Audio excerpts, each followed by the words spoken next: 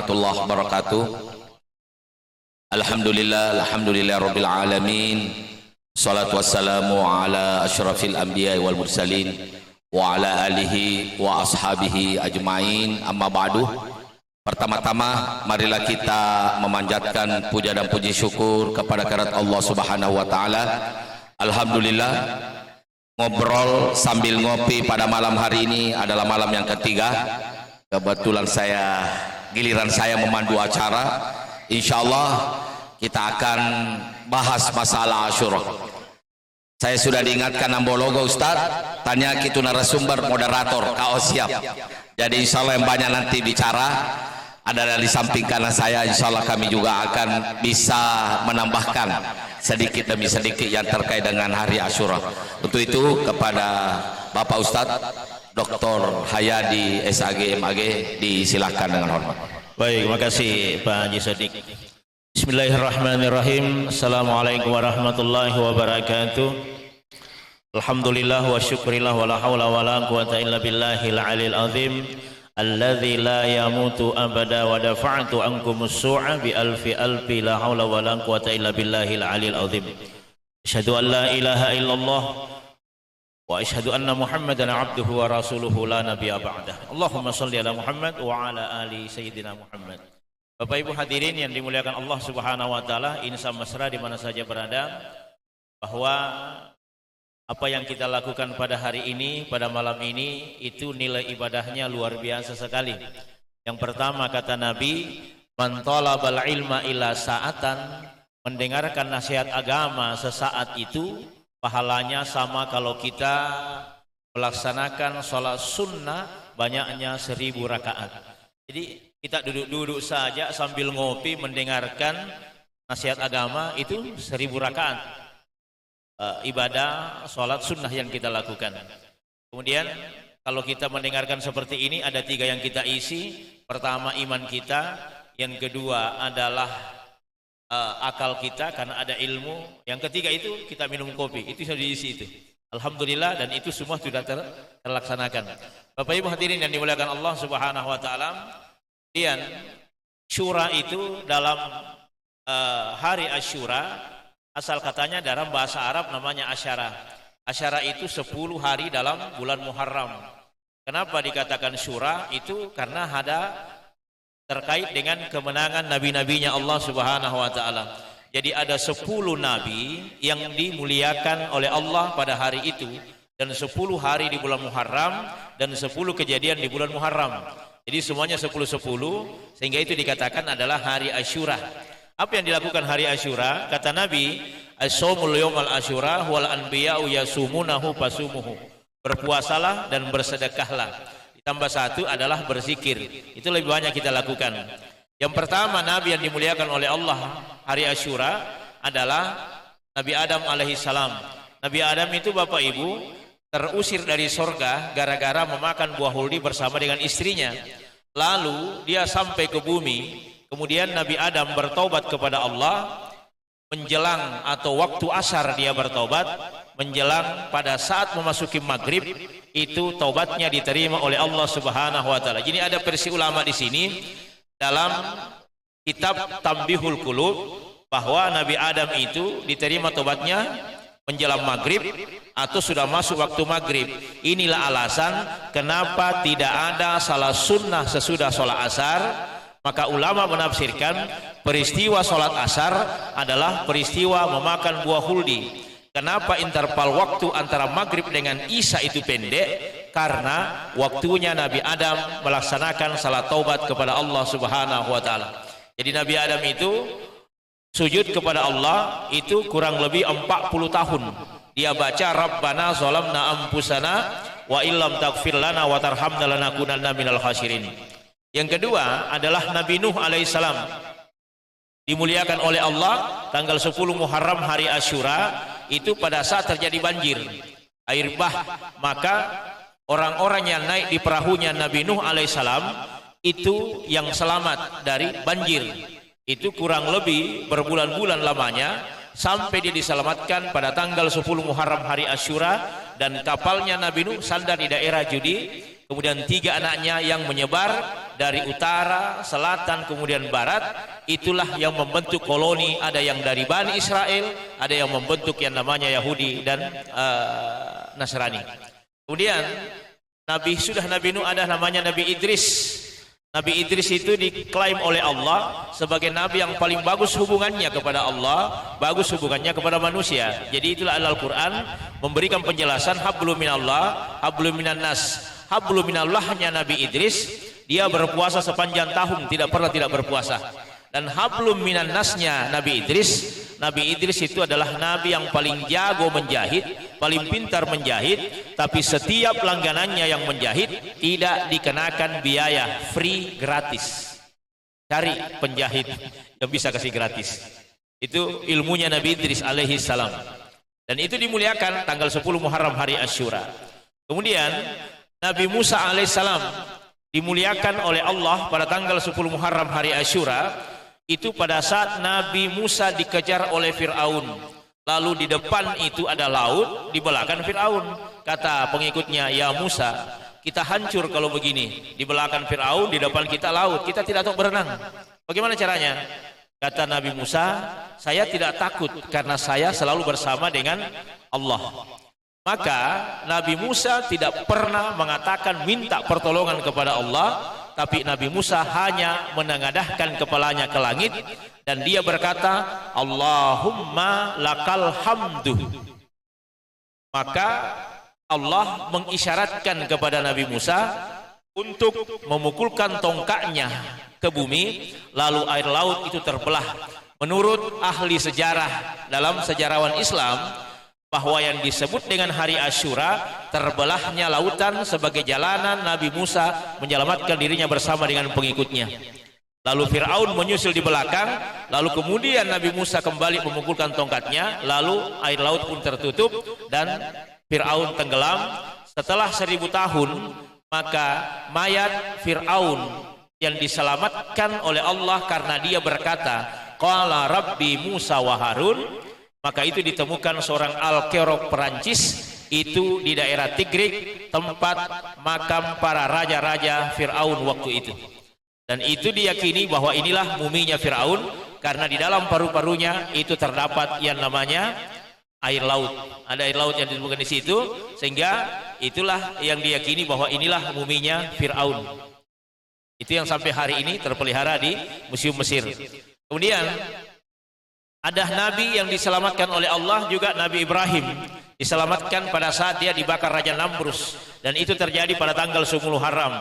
Kemudian yang terakhir ada yang namanya Nabi Yunus yang ditelan perut ikan. Setelah itu Nabi Yunus berzikir kepada Allah, itu la ilaha illa anta subhanaka inni kuntu minaz zalimin. Lalu Allah lemparkan kembali setelah 40 hari ke darat. Itu Nabi Yunus hanya berzikir la ilaha illa anta subhanaka inni kuntu minaz zalimin, karena dia bertemu dengan 3 kegelapan. Gelap di malam hari, gelap di dasar lautan, dan gelap pada saat dia berada dalam perut ikan. Lalu Allah tumbuhkan di sekitar laut itu adalah labu. Labu itulah yang dimakan Nabi Yunus karena lambungnya rusak. Kenapa lambungnya rusak? Karena kuatnya zat asam lambung ikan nun waktu itu. Inilah dikait-kaitkan dengan bikin bubur 10 Muharram. Jadi Bapak Ibu, ini masyarakat kita kalau 10 Muharram itu bikin bubur. Kenapa bikin bubur? Itu terkait dengan sejarah Indonesia. Ulama kita berjuang melawan Jepang, ulama kita berjuang melawan Belanda. Pada saat mereka mau buka puasa, seluruh hasil panen diambil oleh Jepang. Tidak ada beras yang dipakai kecuali hanya segenggam. Lalu dia berkata, Kiai, ini segenggam beras kita mau buka puasa hari Asyura, apa yang bisa dimakan? Masalah itu, lalu perbanyaklah airnya. Nah, inapa nih bukan rika golah. Nah, dikasihlah gula merah, itu namanya bubur suroh atau pecak suroh. Sekarang kita punya ekonomi lebih bagus, jangan hanya bubur terus, sekali-kali konro suroh. Itu lebih bagus lagi. Ada kari kambing, itu harus kita lebih meningkat grade-nya. Jangan 10 Muharram hanya bubur terus, akhirnya kita loyo. Bapak Ibu hadirin harus meninggal lebih sedikit karena itu bagian daripada sedekah kita kepada Allah Subhanahu wa taala. Kenapa orang belanja di 10 Muharram? Karena dikait-kaitkan dengan 10 kejadian di bulan Muharram. Yang kedua, belanja timba ataupun ember jangan satu, belanja dua, ambil satu, sedekahkan satu, baru tepat as-shaumul yaumal asyura wal anbiya'u yasumunahu fasumuhu. Demikian, assalamualaikum warahmatullahi wabarakatuh. Ya, itulah tadi penyampaian secara singkat. Mungkin ada yang mau bertanya masalah Asyura. Saya tidak mau berbanyak bicara karena saya sebagai moderator. Jadi perlu kami juga sampaikan bahwa Nabi Ayub juga disembuhkan dari penyakit. Itu juga 10 Muharram ada doanya, anni massani al-dhurru wa anta arhamur rahimin. Nabi Musa alaihissalam ketika laut terbelah ada doanya, Allahumma lakal ham wa ilaikal mustaka wa antal musta'an wa la haula wa la quwata illa billah. Doanya. Ya, silakan kalau ada ibu-ibu bapak-bapak yang mau bertanya silakan terkait masalah Asyura. Ya, yang lain juga boleh. Silakan. Ibu-ibu silakan ibu-ibu.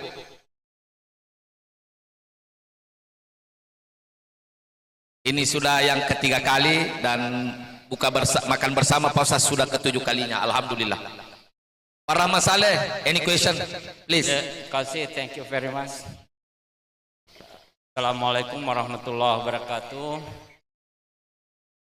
Saya mungkin tidak bertanya, hanya menyampaikan kembali rasa terima kasih pada pengurus Masjid Raya yang sudah melaksanakan acara seperti ini, sehingga Masjid Andalusia juga ketularan dengan kegiatan seperti ini.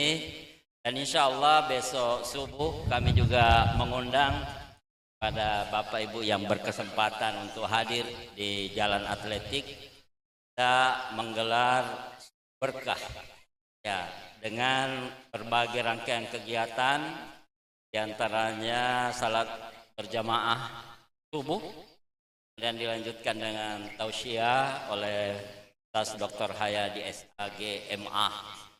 Dan setelah itu kita ngobrol pagi bersama Bapak PJ Wali Kota dan Kementerian Agama serta beberapa tokoh-tokoh masyarakat terkait dengan semangat hijriah, momentum meneguhkan Parepare sebagai kota religius. Ya, jadi saya kira inilah yang kita harapkan, dan mudah-mudahan ke depan ini ada masjid-masjid lain juga yang bisa ketularan dengan hal-hal seperti ini. Dan kami mencoba memulai insyaallah besok subuh di Andalusia dengan juga menghadirkan KP 588 mobilnya di sana.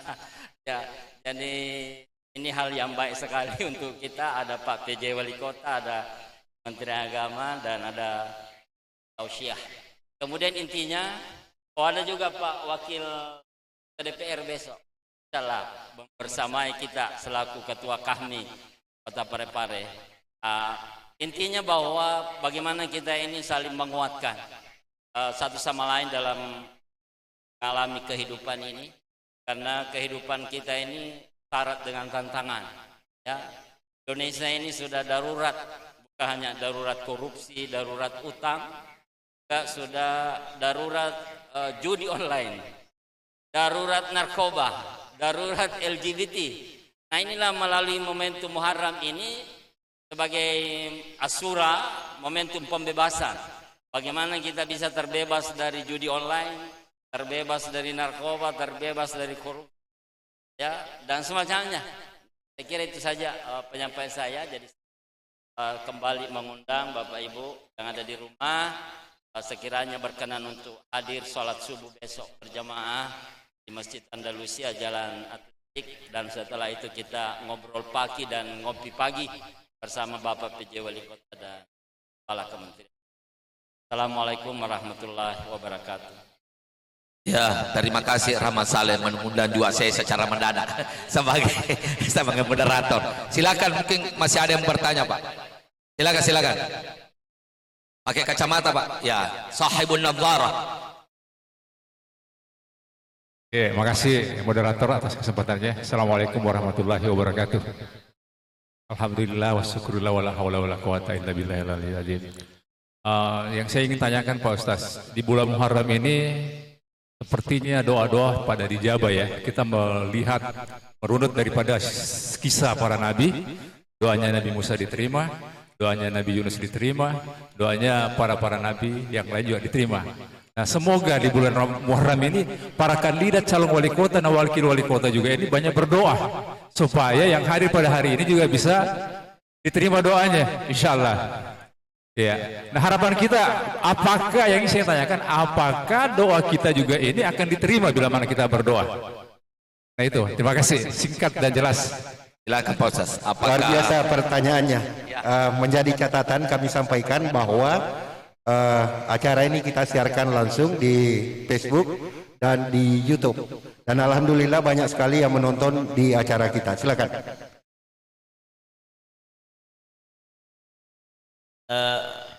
Ud'uni astajib lakum. Berdoalah maka kami akan kabulkan. Iyyaka na'budu wa iyyaka nasta'in. Na'budu itu adalah meminta, nasta'in itu adalah na'budu adalah menyembah, nasta'in adalah meminta. Maka sombong orang yang sholat tidak berdoa, lebih sombong lagi yang berdoa baru tidak sholat. Maka insya Allah semua doa itu diperkenankan oleh Allah. Intinya begini, meminta-minta kepada Allah mulia, tapi meminta-minta kepada manusia hina. Semua doa itu diijabah. Persoalannya apakah dia diberikan sekarang ataukah nanti, itu lain persoalan. Tergantung bagaimana hatinya dan bagaimana jenis makanannya. Karena Imam Al-Ghazali itu pernah kata begini, kenapa doa tertolak oleh Allah? Satu, karena dia tidak beradab, maksudnya ada tata keramanya. Yang kedua, kenapa doa tertolak oleh Allah? Karena boleh jadi hatinya yang tidak bersih. Tiga, kenapa doa tertolak oleh Allah? Karena makanannya yang tidak bersih. Jadi ada hal-hal yang seperti itu. Tetapi yakinlah bahwa ud'uni astajib lakum, ini Allah sendiri yang mengatakan kepada kita, minta kepadaku niscaya aku akan berikan. Dan yakinlah bahwa apapun yang kita minta kepada Allah pasti diterima oleh Allah. Persoalannya ada yang ditangguhkan, ada yang nanti disimpan untuk di akhirat. Ibaratnya kalau anak-anak minta uang 1 juta, Allah katakan simpan-simpan dulu karena belum bisa. Jadi semua diterima, Bapak Ibu hadirin. Cuma ada yang namanya tertunda dulu. Ya, seperti itu. Oke. Ya, pakai prinsipnya Nabi Zakaria, dan dia itu diabadikan di dalam Al-Quran surah Maryam. Inni sta'alur rasyus syaiba walam akum bidu'a rabbika syakia. Saya tidak pernah berputus asa untuk berdoa kepadamu. Jadi Nabi Zakaria berdoa 60 tahun baru diterima doanya, dapat anak. Untung tidak terjadi pada saya. Nanti 12 tahun baru dapat anak. Andai kata 60 tahun saya tidak bisa bayangkan. Ya. Dan berdoa juga, siapa tahu malam ini yang belum dapat jodoh bisa dipertemukan jodohnya juga malam ini. Makasih. Ya, lanjut, silakan.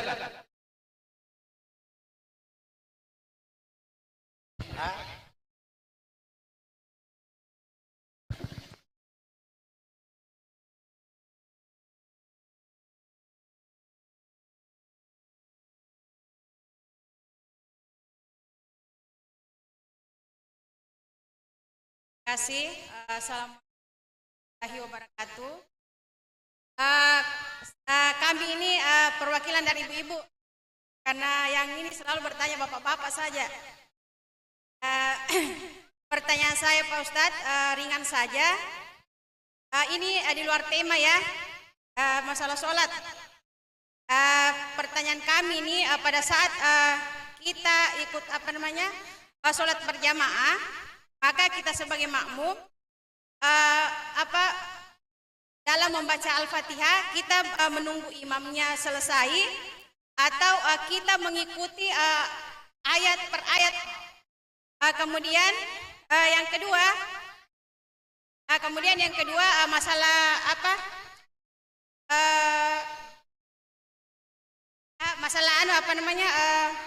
masbuk. Pada saat kita masbuk, anggaplah kita masbuk ya satu rakaat. Kemudian yang kita masbuk ini pada saat duduk di tahiyat terakhir, apakah kita duduk seperti halnya tahiyat terakhir atau kita duduk seperti tahiyat pertama. Cuman itu yang kami tanyakan. Syukran Pak Ustadz. Assalamualaikum warahmatullahi wabarakatuh. Waalaikumsalam warahmatullahi wabarakatuh. Terima kasih, selamat datang kepada Bapak PJ Wali Kota Parepare, Dr. Andes Akbar Ali di Masjid Raya Kota Parepare. Kita sangat berterima kasih kepada beliau. Di setiap pertemuan, Pak Ketua Masjid mungkin bisa didampingi beliau. Di setiap pertemuan kita memang ada tema khusus. Tapi ketika ada pertanyaan yang lainnya itu boleh dijawab. Jadi Bapak Ibu boleh bertanya di luar dari tema yang telah kita tentukan. Silakan Pak Ustaz.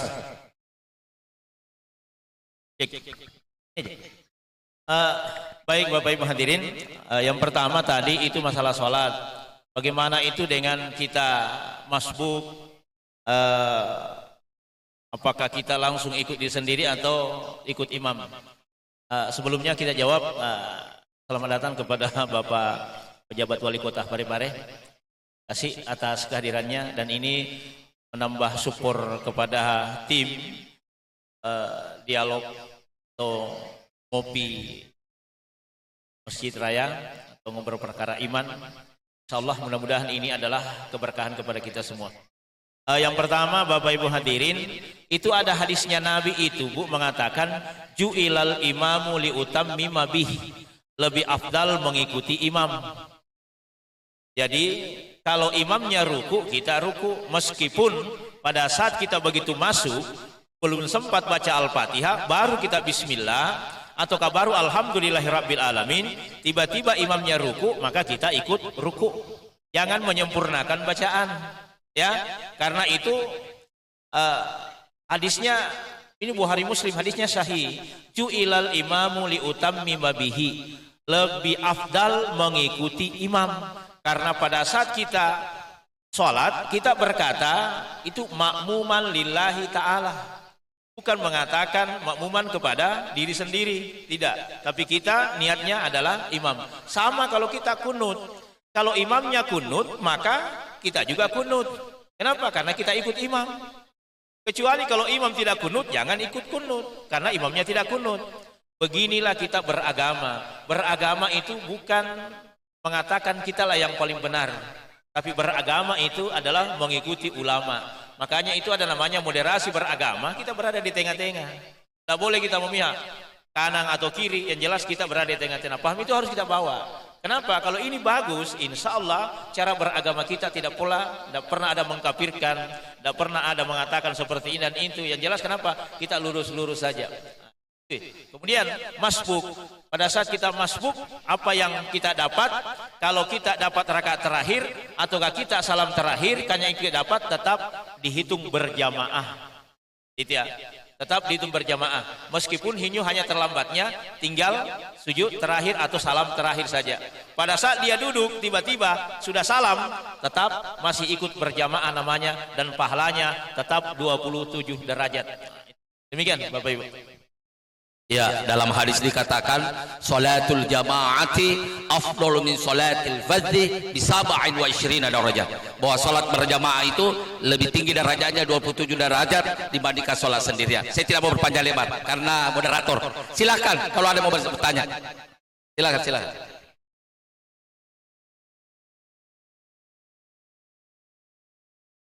Silakan, siapa tahu ada yang bertanya.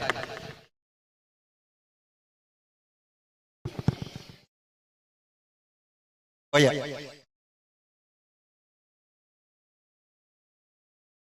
Terima kasih.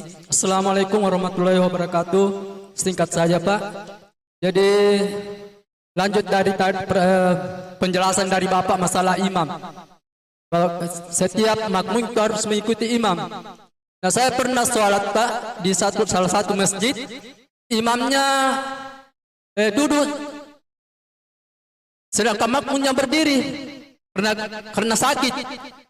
Nah bagaimana ini Pak? Apakah makmum juga harus duduk? Ya ada pernah saya di masjid, saya tidak usah saya sebutkan masjidnya. imamnya itu sakit tapi dia pakai kursi. Nah, bagaimana dengan makmum yang di belakang ini, Pak? Tolong dijelaskan dulu, Pak. Bagus ini pertanyaan, Pak Ustaz. Ini hukumnya namanya darurat, Bapak Ibu. Jadi sholat itu tidak bisa berdiri, duduk tidak bisa, baring tidak bisa, pakai isyarat tidak bisa, tinggal hatinya yang sholat, hati tak mampu sholat, ya sudah selesai, bungkus bawa ke kuburan. Maka ketika imam duduk karena dia sakit, nggak ada masalah, imam tetap berdiri. Makna yang di sini ju'ilal imamu liutammima bihi adalah yang normal. Masuknya gerakan sholat yang kita ikuti. Kalau imam duduk karena dia sakit, jangan juga kita duduk karena kita tidak sakit. Ya, itu maksudnya. Jadi ini darurat maksudnya, ya. Bukan itu yang dimaksudkan ju'ilal imamu, ikuti imam, bukan itu maknanya. Maknanya itu, saya kasih contoh. Imam Syafi'i dengan Imam Hambali. Imam Syafi'i itu guru, tapi dia murid dari Imam Maliki. Tetapi muridnya Imam Syafi'i adalah Imam Hambali. Imam Hambali, Imam Abu Hanifah itu murid. Imam Abu Hanifah kalau dia sholat dia tidak kunut. Tapi kalau Imam Syafi'i kalau dia sholat dia kunut. Nah sekarang muridnya Imam Hambali bertanya kepada Imam Abu Hanifah, tanya kepada gurunya, wahai Syekh, bagaimana kalau itu imam yang saya ikuti dia kunut sementara kita tidak kunut? Apa kata Imam Abu Hanifah? Kalau Imam Hambali, kalau imammu kunut maka kamu kunut. Begitulah dalam pandangan Islam. Jadi bukan pendapat pribadi yang kita pakai, tetapi yang kita pakai ikuti adalah hadis Nabi. Ju'ilal imamu liutammimah bih. Nah, sama karakternya seperti ini.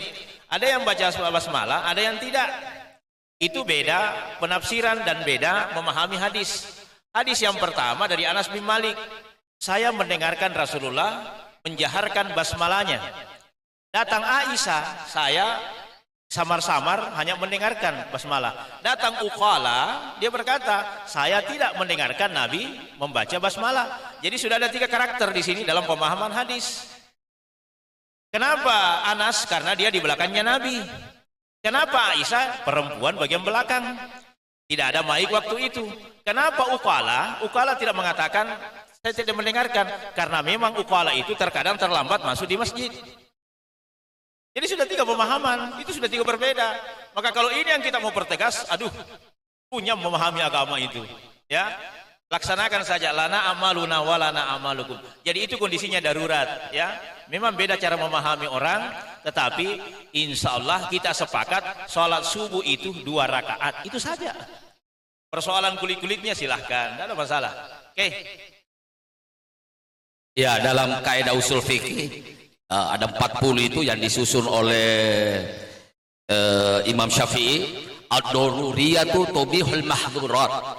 Sesuatu yang tidak boleh dilakukan dibolehkan karena darurat. Ini kaidah usul fikih. Kemudian perlu saya sampaikan juga terkait masalah kunut dengan tidak kunut.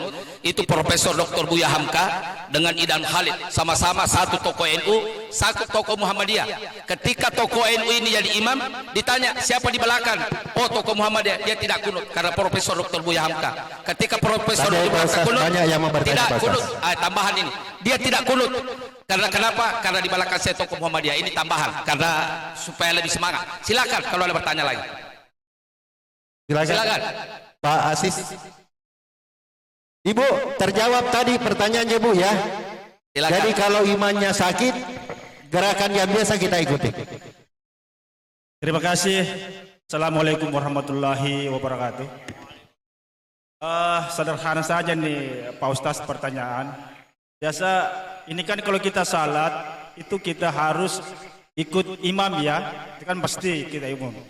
Tapi biasa kadang-kadang saya lihat ini masjid biasa dalam masjid ada salah satu jamaah dia tidak ikut kemiringan imam, dia agak miring lagi sedikit mengarah kemana. Saya bingung yang mana yang benar ini, apakah yang satu orang ini kemiringannya atau kita ikut imam. Sementara penjelasannya kalau kita salat kita harus ikut imam. Saya kira seperti itu Pak, sederhana saya ya. Terima kasih Pak Ustaz. Luar biasa pertanyaan ini. Bagaimana kalau modelnya seperti itu Pak Ustaz? Yang arah ke kiblat itu gini. Fawalli wajhaka syatral masjidil harami. Dipahami dulu itu. Makna fawalli di sini wajhaka adalah ketika kita bertemu dengan Ka'bah. Kita kan tidak bertemu dengan Ka'bah. Apakah ada jaminan bahwa ketika kita menghadap seperti ini, kita bertemu dengan Ka'bah? Makanya itu hadis ayatnya mengatakan fawalli wajhaka. Menghadap, bukan menghadap, hadapkan wajahmu. Ketika Anda bertemu dengan Ka'bah, maka itu namanya menghadap. Bapak Ibu, tapi ketika kita tidak bertemu dengan Ka'bah, maka kita menghadap. Maka yang mana lebih afdal? Lebih afdal kita ikut kepada imam. Kalau imamnya memang seperti itu modelnya, maka dia menghadapnya memang ke arah kiblat dan yakinlah itu arah kiblat, maka tetap kita ikuti. Coba lihat perbandingannya. Ketika kita di perahu atau di kapal, ketika kita sudah arah kiblatkan itu perahu, tiba-tiba dia oleng karena ombak, maka tetap begitu saja modelnya. Yang jelas kiblatnya bahwa kita sudah mengatakan saya sudah menghadap ke kiblat dan saya berimam kepada arah kiblat ini. Ketika dia serong tidak ada masalah, tidak usah ikut serong, tetap luruskan saja seperti itu. Itu apa istilahnya? Sama kalau perlakuan Nabi ketika di Ka'bah, di depan Ka'bah, Nabi tidak pernah mengatakan luruskan saf, tapi Nabi hanya mengatakan rapatkan suddul halal watarasul. Dia itu kalimat-kalimat apa istilahnya ini? Dia kalimat-kalimat isyarat. Sawu sufufakum baina taswiyat sufu bimin tamamis shalah. Tidak pernah Nabi mengatakan luruskan saf, tapi Nabi hanya mengatakan rapatkan, karena di Ka'bah di depan tidak ada saf yang lurus, bengkok semua mengelilingi Ka'bah. Itu modelnya. Jadi memang di situ hadisnya itu banyak perbedaan, tetapi makna kuncinya adalah bagaimana imam itu. Siapa yang kita ikuti, maka kita berimam kepada orang-orang yang betul-betul yang kita anggap bahwa dia kafabel untuk kita ikuti sebagai makmun atau sebagai imam. Demikian. Ya, yang lain silakan. Yang lain Pak yang belum pernah bertanya. Ya, biar adil. Ya, silakan. Yang mana? Ini pohon apa di depan. Magal 5 tuh pohon apa. Silakan. Ya, makasih. Masih terkait dengan mengikuti imam. Kadang-kadang ada yang rukuknya lama, imam sudah berdiri. Tapi masih ruku, memperpanjang bacanya. Demikian juga kalau sujud, imam sudah bangkit, masih sujud, masih lama. Padahal kita niatnya mengikuti imam. Bagaimana itu Ustaz?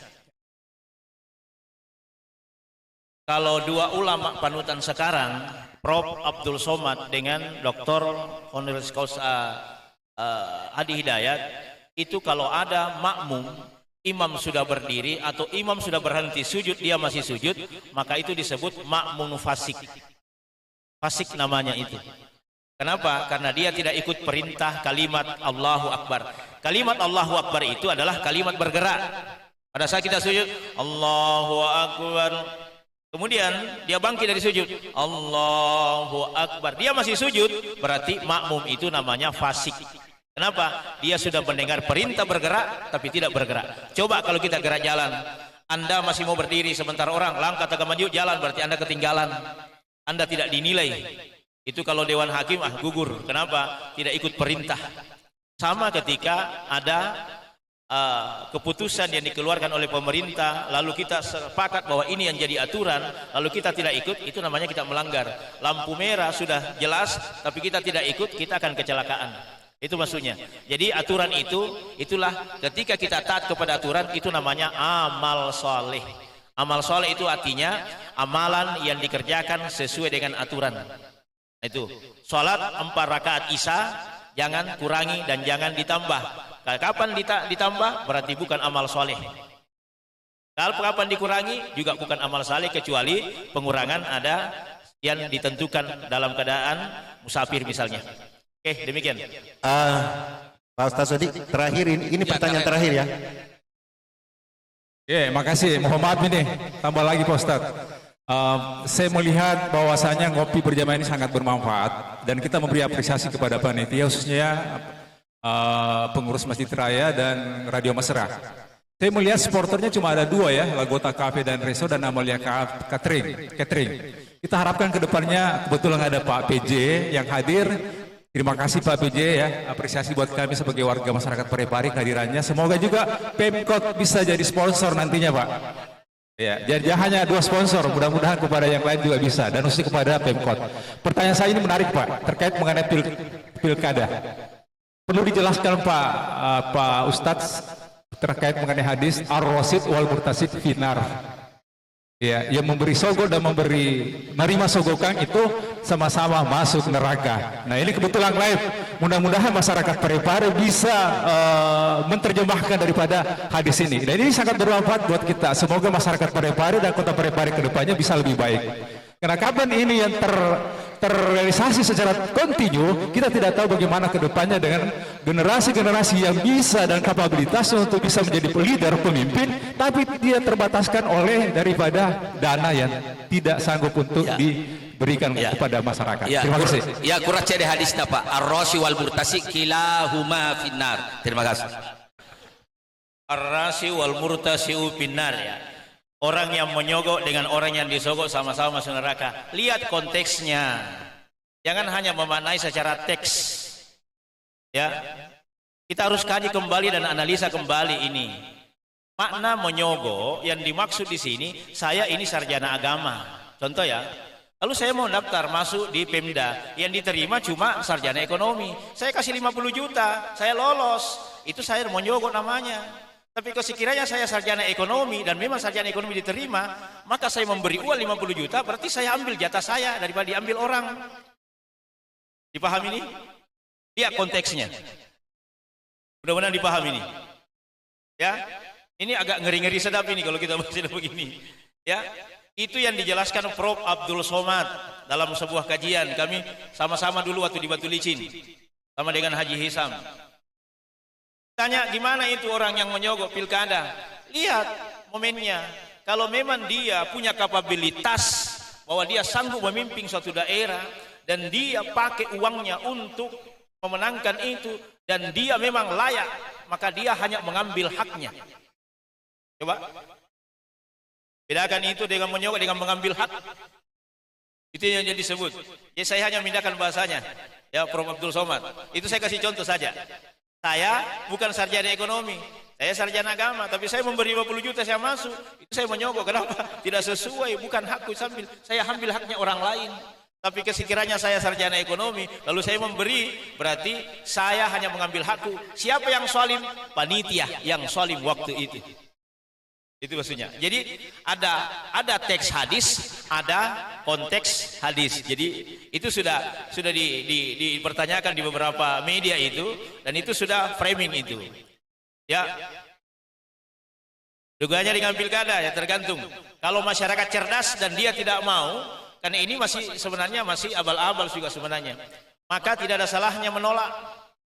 Selama dia memahami dan dia mau bersih, tolak. Tidak ada masalah. Saya memilih Anda bukan karena uangnya, tapi saya memilih Anda karena saya melihat visi dan misinya. Kan gitu saja. Saya melihat figurnya bukan uangnya. Tapi masyarakat yang tidak semua masyarakat kita seperti itu. Tidak semua. Kenapa? Karena masyarakat kita itu ya masih masyarakat yang pragmatis. Sudah tergoda dengan seperti itu. Makanya anggota DPR RI ada yang mengatakan halalkan saja itu daripada diharamkan orang tetap main juga, lebih baik kasih undang-undang supaya bisa. Itu dalam rangka mengambil haknya. Oke. Ya, tapi Pak Wali ada permintaan closing statement atau kalimatul ikhtitam dalam bahasa Arabnya. Terima kasih Pak Wali. Ada sedikit mungkin sambutan.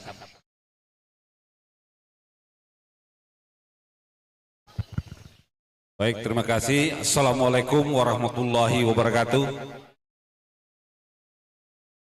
Saya sebagai jabat wali kota Parepare dan juga sekaligus warga masyarakat kota Parepare sangat merespon apa yang dilakukan cemerlang oleh pengurus raya kota Parepare dalam hal ini acara ngopi berjamaah, ngobrol perkara iman bareng jamaah. Ini adalah merupakan bentuk bagaimana mentransfer ilmu, pemahaman dari orang-orang yang memiliki agama kepada kita-kita masyarakat awam, sehingga memiliki pemahaman yang utuh terkait masalah hal-hal yang mungkin masih karena abu-abu pemahaman kita.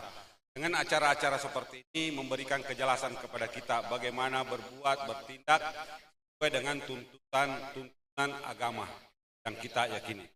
Apalagi saya lihat di sini acara ini disampaikan oleh Ustadz yang memiliki pengalaman di bidangnya mumpuni sekali.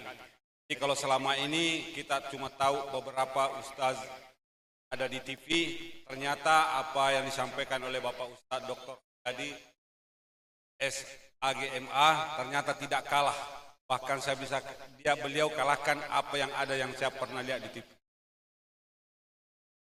Saya sangat bangga bahwa saya hadir di tengah-tengah kota yang memiliki pemuka agama dan memiliki ustadz-ustadz yang tidak kalah kemampuan pemahamannya terhadap agama. Dan yang paling penting bahwa ternyata beliau-beliau juga pemahaman agama ini bisa ditransfer dengan baik. Saya sendiri yang mungkin sedikit awam ternyata sedikit lebih banyak mengerti dengan penyampaian yang sangat. Karena itu saya berharap bahwa kegiatan-kegiatan ini disebarkan juga ke masjid-masjid lain dengan cara atau baik itu sama maupun cara yang berbeda, silakan. Yang jelas bagaimana kita memberikan pemahaman kepada umat kita di Parepare terkait masalah hal-hal yang berkaitan dengan keimanan. Sekali lagi dan insya Allah saya sebagai pemerintah kota akan mendukung ya. Saya berharap mana Kabar Kesra nggak ikut ya. Nanti Pak Asisten tadi ya, ini berikan dukungan kepada seluruh masjid-masjid yang melaksanakan ide-ide cemerlang ini yang memberikan pencerdasan dalam hal keimanan. Bahwa memberikan pencerdasan ini bukan hanya harus di dalam masjid, tetapi di pekarangan masjid ya, atau dimanapun ketika kita bisa menyampaikan hal-hal kebaikan yang berkaitan dengan perkara iman, insya Allah itu nilai ibadah.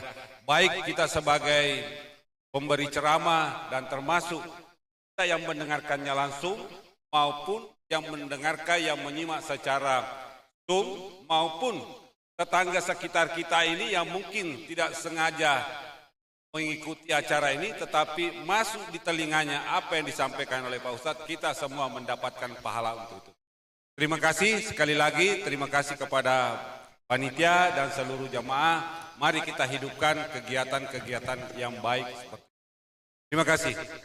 Ya, terima kasih Pak Wali kalimat closing statementnya.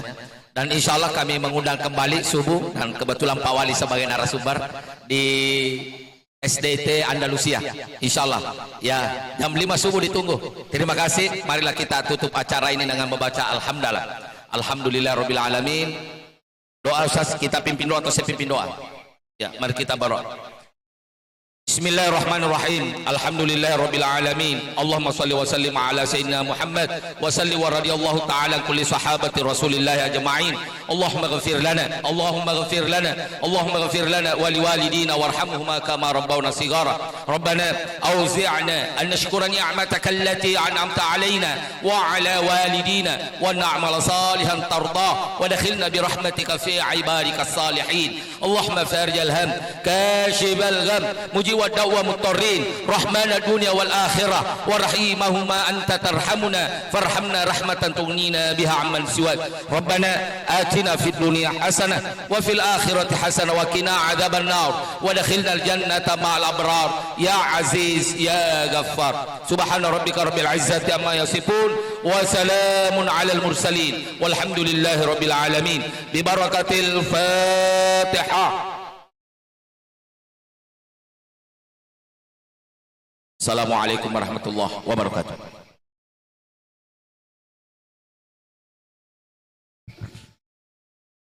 Iya, terima kasih selaku pengurus kami ucapkan kepada Bapak Pejabat Wali Kota, juga kepada Bapak Rahmat Samsualan selaku pimpinan DPRD, Gurutah Bapak Haji Abdurrahman Soleh, ya, dengan Gurutah Pak Dr. Kiai Hasanin dan seluruh jamaah. mewakili pengurus mengucapkan banyak terima kasih. Assalamualaikum warahmatullahi wabarakatuh.